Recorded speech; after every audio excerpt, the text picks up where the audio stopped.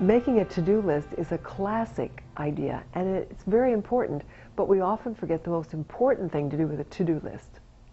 And that is to turn your to-do list into a prayer list. And it's particularly important if you're feeling stressed and pushed and overwhelmed.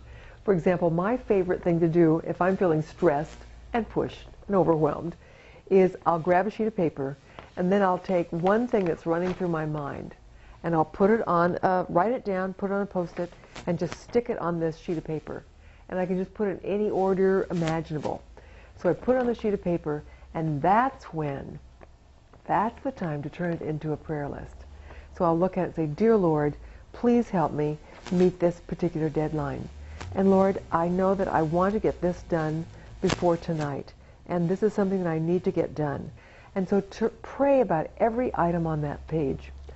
And what happens is as you pray about it and ask the Holy Spirit to give you guidance and to give you power and wisdom to know what to do and His power to do it, you'll find that, oh, okay, here's something that I can just take off and drop it in the wastebasket.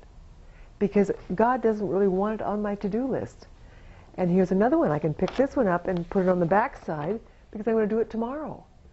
And then to look at the items that are left, and after you've prayed and asked for God's wisdom, after you've prayed over each item, after you have realized that you can do the right things with God's strength, then you put them in the order and then start doing them one at a time. This is so calming, and it's the very practical way to turn your to-do list into a prayer list. Well, there's a list that most of us are not told to keep, and it's a very important list, and this is a not to-do list. The things that you are never going to do. And oftentimes we think, and I'll ask audiences this frequently, how many of you feel like you're procrastinating about something, but if you really look at this honestly, you are never going to do it? And this is something you need to put on your not to-do list so you don't even waste any energy at all thinking, when am I going to do this? Because realistically, you are never going to do it. It might be the stack of recipes that you have that you think you're going to put in a scrapbook or put on cards sometimes. Maybe you're not going to do it. Maybe you're just going to use those cookbooks. Know yourself and then move some things that you may feel like you're procrastinating about to a not to-do list. And it can be social events also.